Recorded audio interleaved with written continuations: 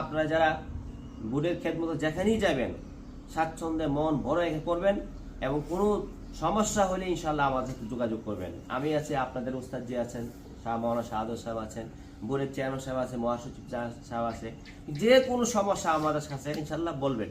না বলে কোনো মাদ্রাসাতে কখনো আসবো না, পারবো না ইনশাল্লাহ। না বলে আসবো, না বলে কিন্তু কখনো আসবো না। গতবার কয়েকটা ঘটনা ঘটেছে, না বললে চলে আসছে, আমাদের কাছে রিপোর্ট আসছে। আমরা খুব দুঃখিত এই বিষয়টা। ওই মাদ্রাসা কষ্ট পেয়েছে। আপনারা কষ্ট হলে আমাদের কাছে বলবেন, আমরা বুঝালে এটা সবর করার চেষ্টা করবেন। 1 মাস যতটুকু সময় দেবো ততটুকু পরে তারপরে আমরা আপনাকে নিয়ে আসবো। বুঝছেন কি বলছি?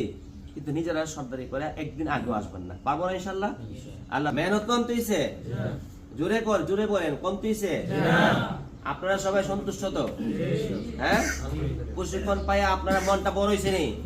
আমি একটা কথা বলছিলাম, মন যত বড় থাকে প্রশিক্ষণ পরে মনটা অত বড় হয়েছে নি? সত্যি কথা বলেন। আলহামদুলিল্লাহ, মনটা আমার ভরে গেল, অনেক খুশি লাগলো। যেখানে যাবেন গাছতলায় বসে হলো, এখন পড়াইতে পারবেন, পারবেন না? পরিচালনা করতে পারবেন না? এখন সাহসটা হয়েছে না? এই কথাগুলো আমি প্রথম বলছিলাম, মনে ছিল?